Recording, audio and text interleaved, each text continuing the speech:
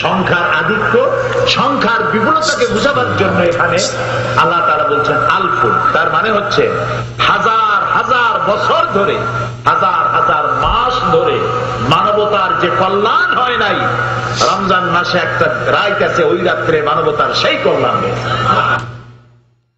শুনলেন? এখন সাইদি সাহেবের আরবি শিখার অবস্থা দেখলেন। আচ্ছা, আপনাদেরকে যদি বলি যে আপনার কাছে 1000 টাকা আছে, আরবিতে কি বলবেন বলুন তো ভাই? হ্যাঁ, এন্দি আলফ রিয়াল বলবেন না? আলফ রিয়াল মানে কি? 1000 টাকা না হাজার হাজার টাকা? হ্যাঁ, তাহলে যদি বলেন যে হাজার হাজার টাকা আছে, তার আরবি আমি শিখিয়ে দিচ্ছি আপনাদেরকে। সাইদি সাহেব কিভাবে আলফের অর্থ জানছেন না? আপনারা জানছেন মাশাআল্লাহ, 2, 3 পাস অনেকে আছেন, তাও জানছেন, এখানে 2-1 বছর কাজ করেও। আলাফ, আলাফ মানে হাজার ও হাজার। আলফকে যখন জমা করে দিবেন, বহু বচন প্লুরাল করে দেবেন, তখন তার মানে হবে হাজার ও হাজার আরবিতে। আর আলফ মানে হচ্ছে 1000। আলফ ওয়াহিদ লাগাবার দরকার নেই। তাকিদের জন্য যদি কেউ বলে ওয়াহিদ আলফ বা আলফ ওয়াহিদ, আলফ ওয়াহিদ তো আরবিতে হয়ই না এরকম। ওয়াহিদুল আলফ এরকম অনেকে করে, আর মাতৃভাষায় কিন্তু আসলে না, প্রয়োজনই নেই। যেমন মেয়া, মেয়া মানে কি? 100। আপনি বলেন মেয়া মানে শত শত, ওয়াহিদ মেয়া, এটা দিয়ে এদের মাতৃভাষা ভাঙা ভাষায় আপনাদেরকে বোঝায়, কিন্তু মেয়াতুন ওয়াহিদাও হয় না, আর ওয়াহিদ মেয়াও হয় না। মেয়া মানে 100, আর মেয়াতাইন মানে 200, আর মেয়াত মানে শত শত। ওই রকমই আলফ মানে হচ্ছে 1000, আর আলফাইন মানে 2000, আর আলাফ মানে শত শত। জি, সাইদি সাহেব আলফের অর্থ জানেন না, আপনাদেরকে ভুল বুঝাচ্ছেন, আর কোরআনের তাফসীর ভুল করছেন।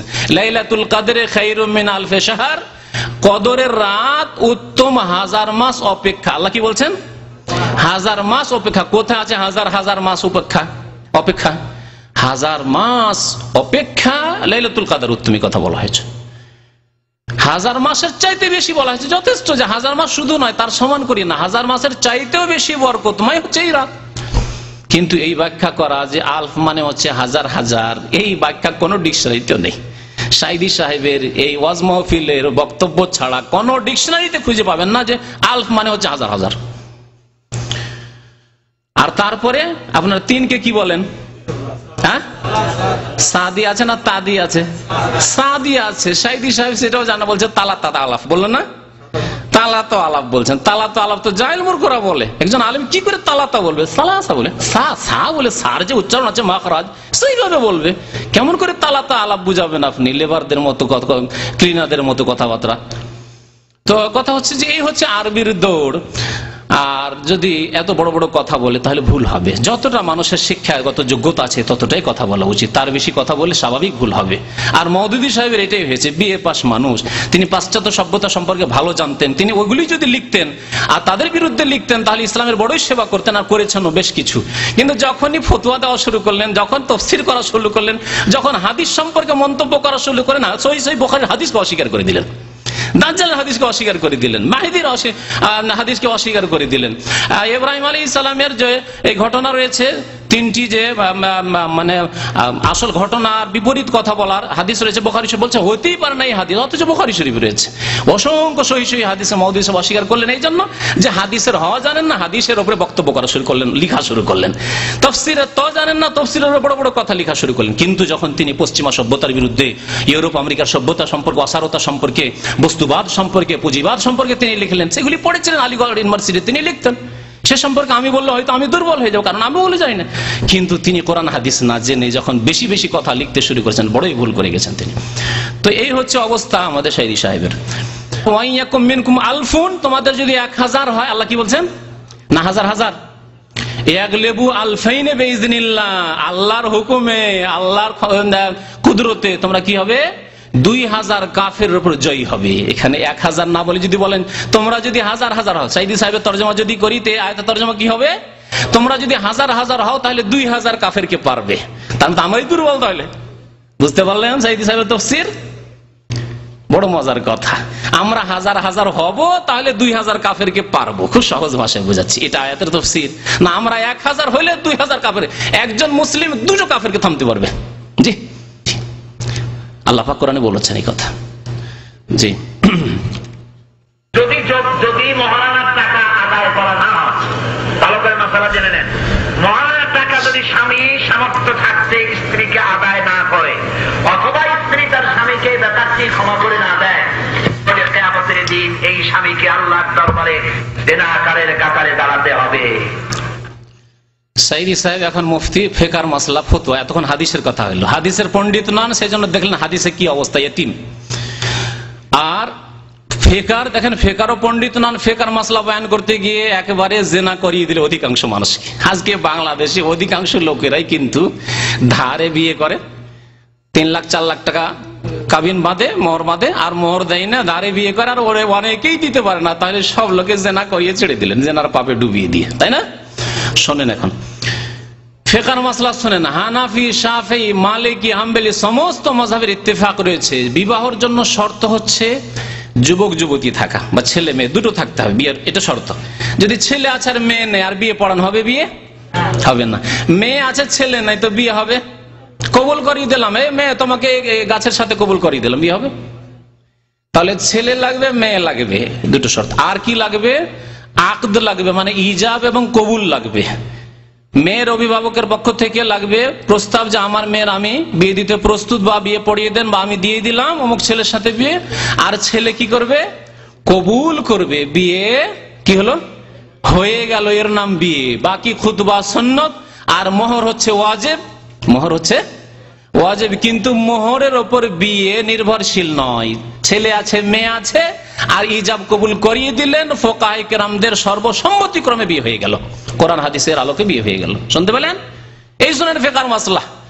আর সাইদি সাহেবের কথা শুনলেন যে মোহরানা ধার্য করেছেন অথবা করেননি, আর মোহর দিলেন না, আর ওই অবস্থায় মরে গেলে কাল কিয়ামতে জেনাকারীর কাতারে দাঁড়াবেন, তার ভাষায়, তাই না? এখন শুনেন ফিকহার কথা। ফিকহার শাফি মাযহাবের সবচেয়ে বড় কিতাব আল মাজমু। আল মাজমু এরকম হানাফিদের হিদায়াত কিতাব, এরকম হাম্বলীদের আল মুগনি। এইসব কিতাব আমি কাল রাত ঘেটে তারপর আপনাদের জন্য মাসলাক কম্পিউটার থেকে কপি করে নিয়ে এসেছি। বলছেন ফাইন আকাদান নিকাহা বেগাইরে সাদাকিন, কেউ যদি বিয়ে করে নেয় বিনা মোহরে, মোহর ধার্যই করেনি, মেয়ে রাজি হয়ে গেছে, মেয়ের বাবা রাজি, যে মোহর নির্ধারণই করেনি যে কত টাকা দিবে না দিবে, প্রশ্নে উঠায়নি মোহরের, বিয়ে করে নিয়েছে, তাহলে ইন আকাদান নিকাহ, বিয়ে হয়েই যাবে। কি হবে? বিয়ে হয়ে যাবে। দেখলেন? তাহলে যদি সাইদি সাহেবের মতো যদি বলেন যে বিনা মোহরে যদি হয় তাহলে জেনা হবে, তাহলে আর বিয়ে হয়? বিয়ে হয় না তাহলে বিনা মোহরে। তারপরে আল্লাহর এই আয়াত পেশ করছেন ফিকহার কিতাব, লা জুনাহা আলাইকুম ইন তাল্লাকতুমুন নিসা, আল্লাহ বলেন তোমাদের কোনো গুনাহ হবে না তোমরা বিবিদেরকে তালাক দিলে, মা লাম তামাসসুহুন্না, যতক্ষণ স্পর্শ না করে। যদি স্পর্শ না করে তালাক দিয়ে দাও। আও তাফরিজুনাহুন্না ফারিজা, অথবা তাদের জন্য মোহর ধার্যই করনি, কোনো গুনাহ নেই, তালাক দিলে। তাহলে বোঝা গেল যে তালাক দেওয়ার আগে কি হইতে হবে? বিয়ে হইতে হবে। মোহর ধার্য করেননি, আর যদি তালাক দেন গুনাহ নেই, তালাকের প্রয়োজন হয়েছে তালাক দিয়ে দিলেন। তাহলে যখন তালাক দেওয়ার কথা আল্লাহ উল্লেখ করছেন, তালাকের আগে কি হয়েছে? বিয়ে হয়েছে না? অপরের মেয়েকে তালাক দিচ্ছেন? বিয়ে হয়েছে। ওয়ামাত্তিউহুন্না আলাল মুসি কদরুহু ওয়া আলাল মুকতারি কদরুহু। তারপরে বলছেন লেখক ফিকহার কিতাব, ফাসবাতা তালাকা মিন গায়রি ফারজিন, বিনা মোহরে তালাককে আল্লাহ প্রমাণিত। ওয়া তালাক লা ইয়াকাউ ইল্লা ফি নিকাহিন সাহিহ, তালাক তখনই হবে যখন সহিহ নিকাহ, সহিহ শুদ্ধ নিকাহ হবে, বিয়ে হবে। তারপরে আল মাজমুর 16 খণ্ড 201 পৃষ্ঠা বলছেন, লিআন্না সাদাকা লাইসা বিশারতিন ফিন নিকাহি, বিবাহতে মোহর কোনো শর্ত নাই যে তার উপর নির্ভরশীল, বিয়ে না, বিয়ে হয়ে যাবে কিন্তু মোহর ফরজ ওয়াজিব হয়ে আছে, মোহর দিতে হবে, না হলে গুনাহগার হবে। কিন্তু সেই ব্যক্তি যেন অপর কোন মহিলার সাথে জেনা করলে সে যেন জেনাকারীর কাতারে দাঁড়াবে, একেবারে ডাহা মিথ্যা কথা, জাল কথা, ফিকহার নামে ডাহা ভুল কথা। আল্লাহ পাক যেন আমাদেরকে বুঝার তৌফিক দান করেন। বাকি কথা হলো এর মানে এই না যে আপনারা বেমানি করেন না, এই ঋণ পরিশোধ অবশ্যই করতে হবে। কারণ নবী করিম সাল্লাল্লাহু আলাইহি ওয়াসাল্লাম বলেছেন, আপনি যদি আল্লাহর রাস্তায় শহীদ হন, জুমার মসজিদে আমি হাদিস শুনিয়ে এলাম, শহীদ হন আর আপনার উপর ঋণ থাকে, আপনার স্ত্রীর এই মোহরানা ঋণ আছে, তাহলে আপনার গুনাহ মাফ, ঋণের গুনাহ মাফ হবে না, আপনি জান্নাতে যেতে পারবেন না। সব কাজ করে, নামাজ রোজা হজ যাকাত নফল ইবাদত বন্দেগী তাহাজ্জুদ সবই করেছেন, স্ত্রীর মোহরানা দিয়ে যাননি, অথবা যদি একেবারে অপারগ দিতে পারছেন না, জমিও নেই, টাকাও নেই, পয়সা নেই, মত হয়ে যাচ্ছে, স্ত্রী যদি মাফ না করে তাহলে জান্নাতে যেতে পারবেন না। ইউগফারু লিশ-শাহীদি কুল্লু যামবিন ইল্লা আদ-দাইন, শহীদের সমস্ত গুনাহ আল্লাহ মাফ করবেন, কিন্তু ঋণের গুনাহ মাফ করবেন না। তাই ঋণ অবশ্যই দিতে হবে, কিন্তু যদি কেউ না দেয় বা না দিতে পারে, সেজন্য সে জেনাকার হল। আচ্ছা, জেনাকারী যদি হয় তাহলে তার বাচ্চাগুলি যে জন্মালো